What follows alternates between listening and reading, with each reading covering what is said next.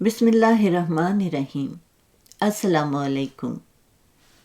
بے شمار انبیاء کو خدا نے معجزے دیے۔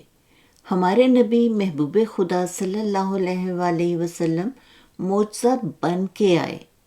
اللہ رب العزت نے اپنی کتاب قرآن مجید میں ارشاد فرمایا ہے، اے لوگو، بے شک تمہارے پاس اللہ کی طرف سے ایک واضح دلیل آ گئی ہے اور ہم نے تمہاری طرف ایک روشن نور اتارا ہے۔ رسول اللہ صلی اللہ علیہ وآلہ وسلم کے بہت سے معجزات ہیں جن کی تعداد 1000 سے زیادہ ہے۔ قرآن پاک کی زیارت کر لیں۔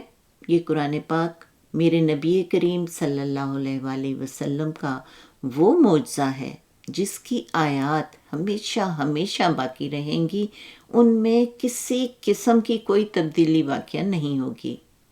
اس کے علاوہ غزوہ خندق کے موقع پر جب سب نے پیٹ پر پتھر باندھ رکھے تھے تو ایک صحابی رضی اللہ تعالیٰ عنہ اپنے گھر گئے اور بکری کا بچہ ذبح کیا اور ساتھ ہی گھر والوں کو آٹے سے روٹیاں پکانے کا کہہ کر آپ صلی اللہ علیہ وآلہ وسلم کی خدمت میں حاضر ہوئے اور کان مبارک میں عرض کی کہ 7-8 افراد کا کھانا تیار ہے، تشریف لے آئیے۔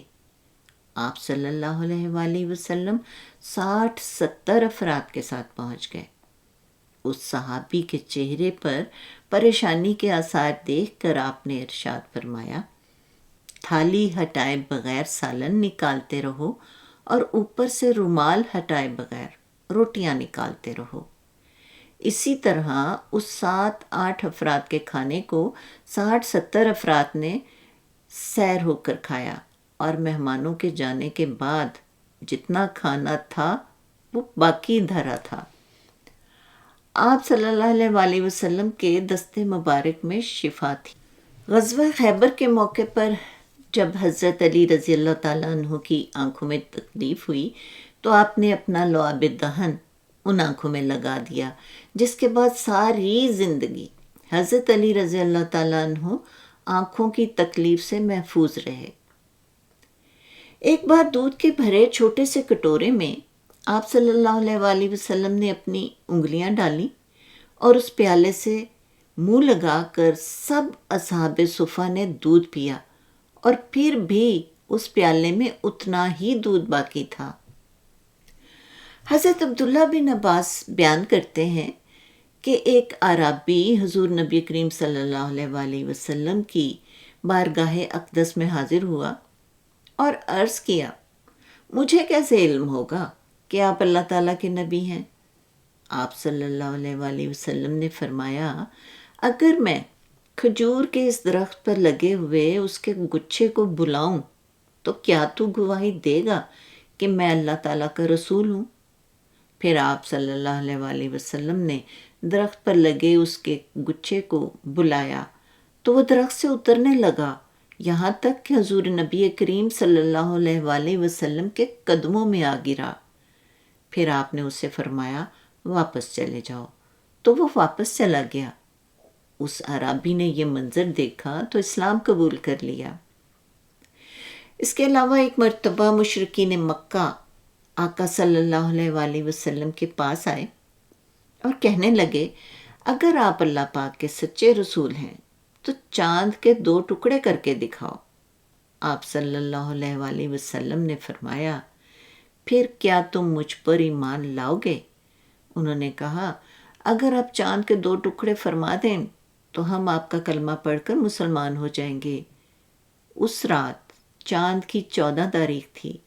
چاند اپنے پورے شباب کے ساتھ چمک رہا تھا۔ جو ہی آقا صلی اللہ علیہ وآلہ وسلم نے اپنی انگشت مبارک سے چاند کی طرف اشارہ کیا تو چاند 2 ٹکڑے ہو گیا اور مشرکین مکہ مسلمان ہو گئے۔ حضرت ابو زید انصاری رضی اللہ تعالیٰ عنہ روایت کرتے ہیں کہ حضور نبی اکرم نے مجھے فرمایا، میرے قریب ہو جاؤ۔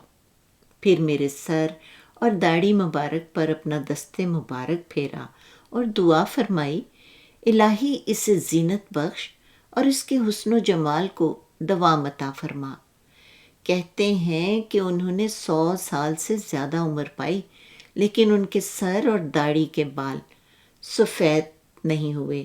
ان کا چہرہ صاف اور روشن رہا اور آخر دم تک ایک ذرہ بھر شکن بھی چہرے پر نمودار نہ ہوئی. سیدنا حضرت انس رضی اللہ تعالیٰ عنہ فرماتے ہیں کہ ایک انصاری گھرانے میں ایک اونٹ تھا جس پر وہ کھیتی باڑی کے لیے پانی بھرا کرتے تھے. وہ ان کے قابو میں نہ رہا، اڑ گیا اور انہیں اپنی پشت پر پانی لانے نہیں دے رہا تھا.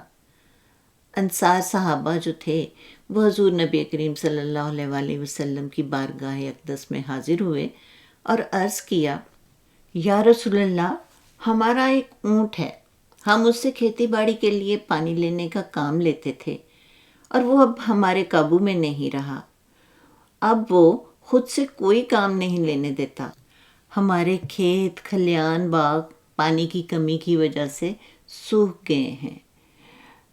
قربان جاؤں اپنے آقا حضرت محمد صلی اللہ علیہ وآلہ وسلم پر. آپ صلی اللہ علیہ وآلہ وسلم نے صحابہ کرام کو فرمایا، اٹھو. بس سارے اٹھ کھڑے ہوئے اور اس انصاری کے گھر تشریف لے گئے. آپ صلی اللہ علیہ وآلہ وسلم احاطے میں داخل ہوئے تو اونٹ جو کہ کونے میں تھا، نبی کریم اونٹ کی طرف چل پڑے تو انصار کہنے لگے، یا رسول اللہ، یہ اونٹ کتے کی طرح بولا ہو چکا ہے اور ہمیں اس کی طرف سے آپ پر حملے کا خطرہ ہے. حضور نبی کریم صلی اللہ علیہ وآلہ وسلم نے فرمایا، مجھے اس سے کوئی نقصان نہیں ہوگا. اونٹ نے جیسے ہی آقا دو جہاں سرور کونین کو دیکھا تو آپ صلی اللہ علیہ وآلہ وسلم کی طرف بڑھا، یہاں تک کہ قریب آ کر آپ کے سامنے سجدے میں گر پڑا. حضور نبی کریم صلی اللہ علیہ وآلہ وسلم نے اسے پیشانی سے پکڑا اور پہلے کی طرح دوبارہ کام پر لگا دیا. صحابہ کرام علیہم رضوان نے یہ دیکھ کر آپ صلی اللہ علیہ وآلہ وسلم کی خدمت میں عرض کیا، یا رسول اللہ، یہ تو بے عقل جانور ہوتے ہوئے بھی آپ کو سجدہ کر رہا ہے اور ہم تو عقل مند ہیں، اس سے زیادہ حقدار ہیں کہ آپ صلی اللہ علیہ وآلہ وسلم کو سجدہ کریں. آپ صلی اللہ علیہ وآلہ وسلم نے فرمایا، کسی انسان، کسی بشر کے لیے جائز نہیں کہ وہ کسی بشر کو سجدہ کرے، اور اگر کسی انسان کو سجدہ کرنا جائز ہوتا تو میں بیوی کو حکم دیتا کہ وہ اپنے شوہر کو اس کی قدر و منزلت کی وجہ سے سجدہ کرے جو کہ اسے بیوی پر حاصل ہے. حضرت عبداللہ بن عباس رضی اللہ تعالیٰ عنہ فرماتے ہیں کہ ایک مرتبہ حضور نبی کریم صلی اللہ علیہ وآلہ وسلم کے عہد مبارک میں سورج گرہن ہوا اور آپ صلی اللہ علیہ وآلہ وسلم نے نماز کسوف پڑھوائی. صحابہ کرام علیہم الرضوان نے عرض کیا، یا رسول اللہ، ہم نے دیکھا کہ آپ نے اپنی جگہ پر کھڑے کھڑے کوئی چیز پکڑی، پھر ہم نے دیکھا کہ آپ کسی قدر پیچھے ہٹ گئے. آقا دو جہاں صلی اللہ علیہ وآلہ وسلم نے فرمایا، مجھے جنت نظر آئی تھی، میں نے اس میں سے ایک خوشہ پکڑ لیا، اگر اسے توڑ لیتا تو تم رہتی دنیا تک اسے کھاتے رہتے اور وہ ختم نہ ہوتا. آپ صلی اللہ علیہ وآلہ وسلم کی انگلیوں سے پانی بہنا اور تھوڑا سا پانی اتنا زیادہ ہو جائے کہ پورا لشکر اس سے پانی پی کر سیر ہو جائے اور وضو بھی بنا لے. اس بارے میں بھی احادیث مبارکہ بخاری اور مسلم میں موجود ہیں. ناظرین، آقا صلی اللہ علیہ وآلہ وسلم کے بے شمار معجزات میں سے یہ بالکل چند معجزات ہیں جو ہم نے آپ کی خدمت میں پیش کیے. آقا صلی اللہ علیہ وآلہ وسلم کے معجزات مبارکہ پر ہمارا ایسے ہی ایمان ہے جیسے ہمیں اس وقت یہ یقین ہے کہ ہم سانس لے رہے ہیں.